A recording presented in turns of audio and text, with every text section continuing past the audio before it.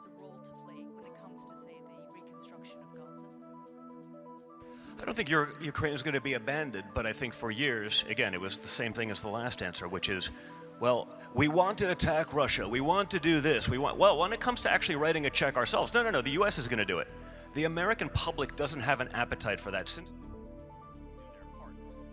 I think he can be, the greatest construction manager. So there was no appetite for that, but that didn't stop a Republican Party from saying it's the number one issue. It's not, and we actually have to listen to the will of those people.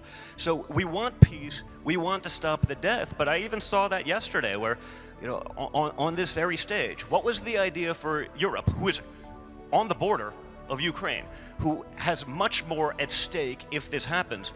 Well, our plan is to win economically. When pressed on the issue, how are you going to do that? Well, we're just going to wait for Russia to go bankrupt. That's not a plan. That's not an idea. Because America has set a precedent for decades that they'll just write the check.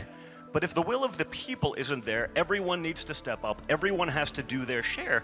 And that includes what's happening here in the Middle East. If we do that collectively, we can get to an answer.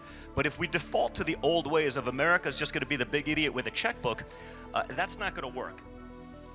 The reality is that the way that China has conducted themselves, especially in Africa, as it relates to rare earth. But is your hunch that President Trump is going to walk away? I think he may. What's good about my father and what's unique about my father is you don't know what he's going to do. The fact that he's not predictable, he's not following the playbook of every clown who's, again, been a bureaucrat for decades, you don't know.